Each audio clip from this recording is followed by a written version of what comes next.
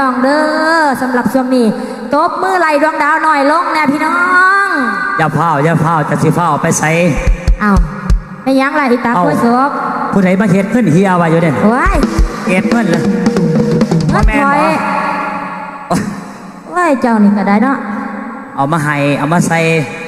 จนมันสียังบ่ได้ซ้ำได้น่ะเจ้าโมโหบอกงั้นFCมาให้ดวงดาวหน่อยโดยเฉพาะได้นี่บ่ถ้าเธอว่าแฟนเพลงเนาะ FC เอามกขอบใจเด้อพี่น้องโถได้หลายแต่ไอจอย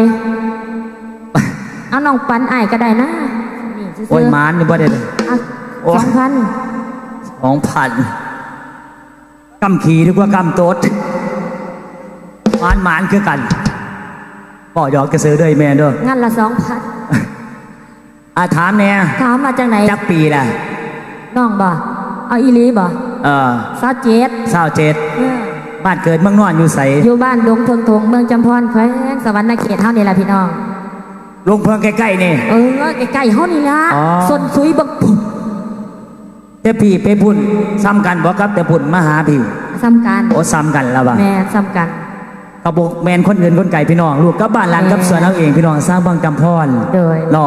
กลับไปจัดการขอฝากแห้งจิตแห้งใจฝากในเด้อพี่น้องเด้อช่วยเสียนอนักแสดงนักศิลปินบ้านเอาเองพี่น้องเนาะกาน้องสาวลาดวงน้อยเดชสวรรค์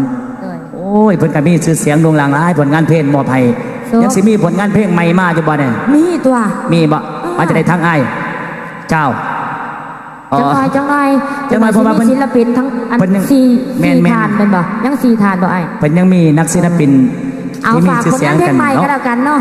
ไอ้จอยเนาะดวงดาวหน่อยขอฝากเพลงใหม่เด้อพี่น้องเด้อกำลังกาเกียมอยู่ตอนนี้กำลังถ่ายลิปซิงก็คือไผ่เซโนแต่ว่าก็ฝากผลงานเพลงเก่าๆดวงดาวหน่อยก็คือกินนมนอนแล้วก็ผลงานที่2ออกมาก็ที่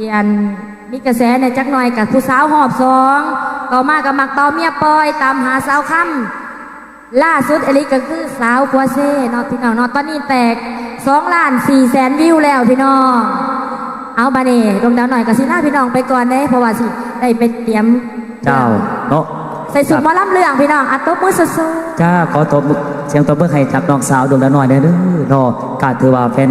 เพลง FC เนาะหลายเนาะที่เพิ่นรู้จักบางคนก็เคยเห็นแต่เคยได้ยินแต่เสียงน้องผู้สาวหอม2ผู้สาวกัวเซ่โอ้อยู่บ้านได้ที่เนาะน้องสาวลาเฮาตัวจริงเสียงจริงพี่น้องมื้อนี้ได้พบได้พ่อนอกกาบอกไก่บ้านพ้นเพิงเนาะเมืองจำพรเฮาเองนักร้องครับอับเชิญเพิ่นมาบ่เนาะทั้งทีมงานเฮาดงเพิงบ่